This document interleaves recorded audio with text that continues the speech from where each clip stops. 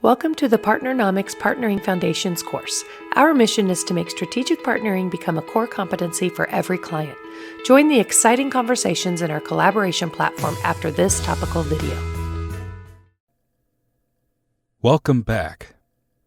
In our most recent videos, I shared how leading companies use the business growth flowchart to facilitate their strategic planning process. When done correctly, the business growth flowchart helps leadership teams identify and begin to evaluate growth engine ideas.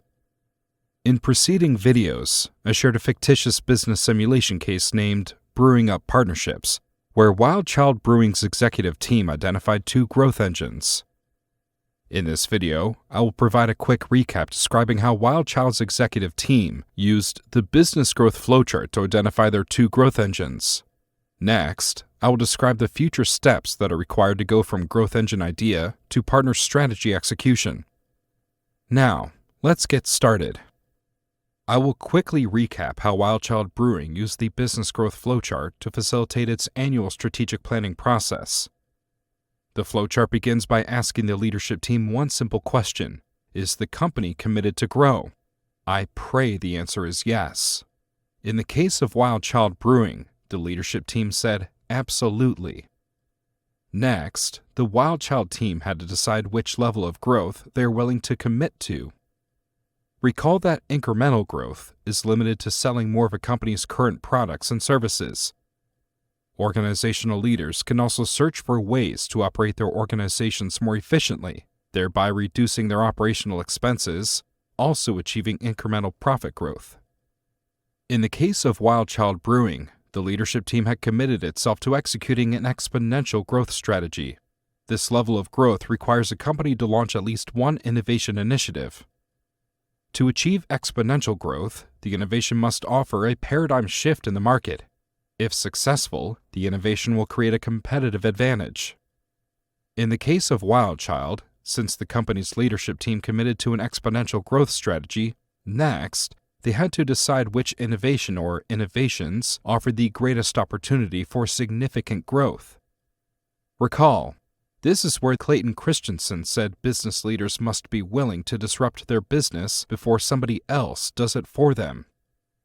Executive teams are encouraged to evaluate the jobs to be done approach, as it is an effective way to determine how value can be created for a company's current base of customers.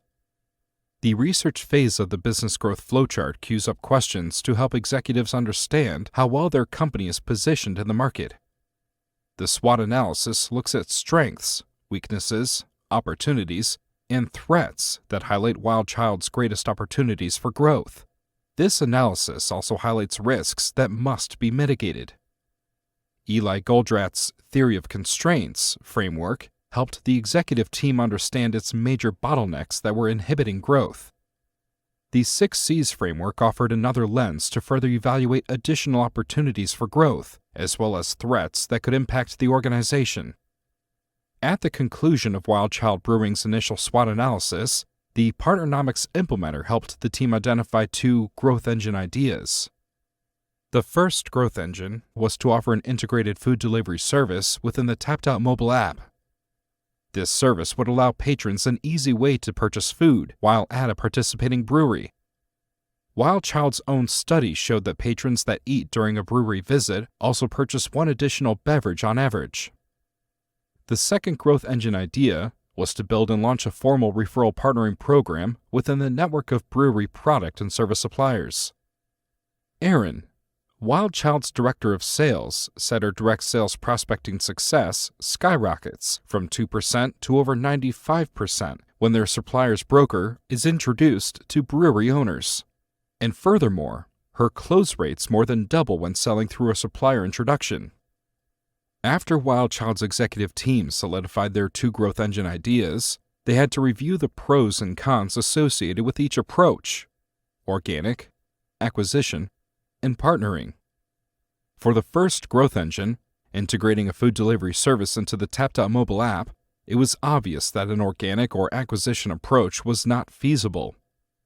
After all, it would cost at least tens of millions and many years to attempt to replicate a national food delivery service, such as Uber Eats.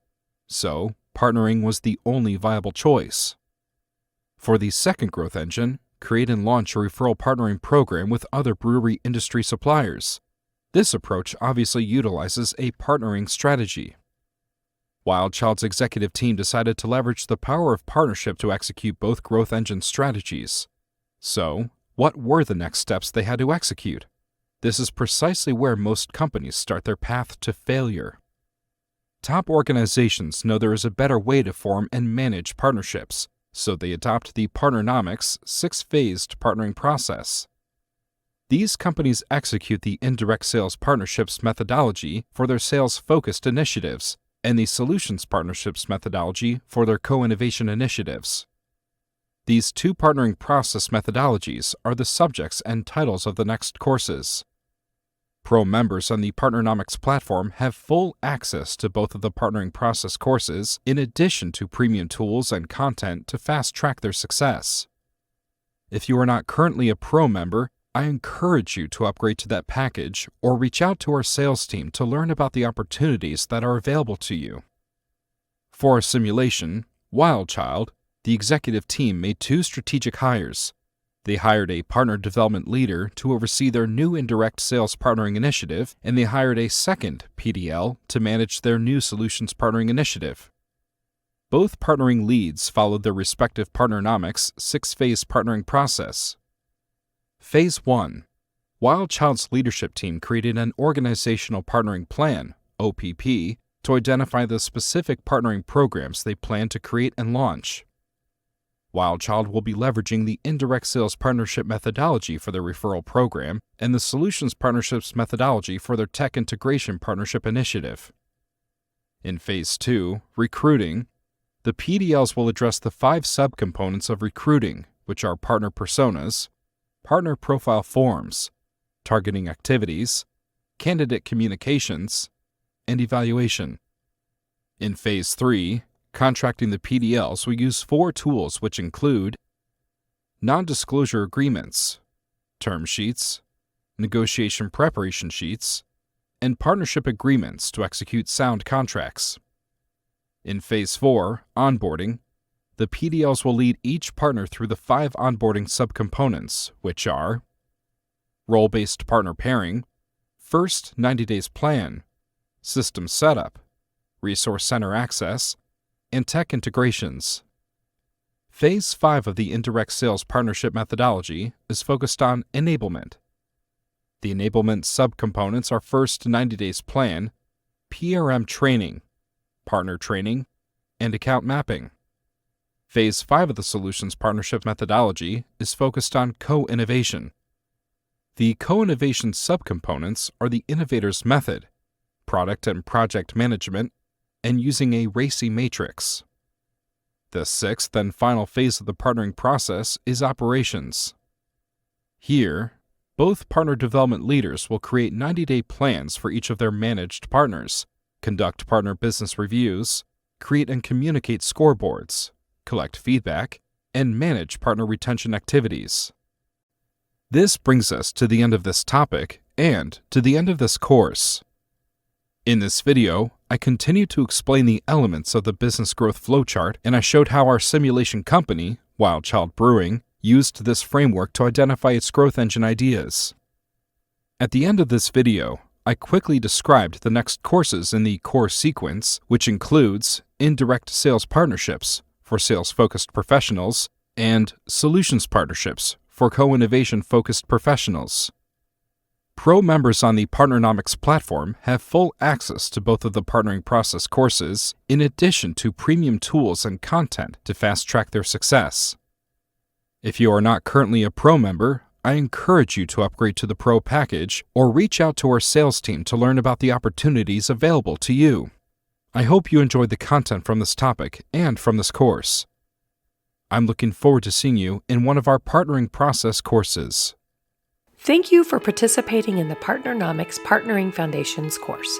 Click the link below to join the exciting conversations happening in our collaboration platform. Welcome to the Partnernomics Partnering Foundations course. Our mission is to make strategic partnering become a core competency for every client. Join the exciting conversations in our collaboration platform after this topical video.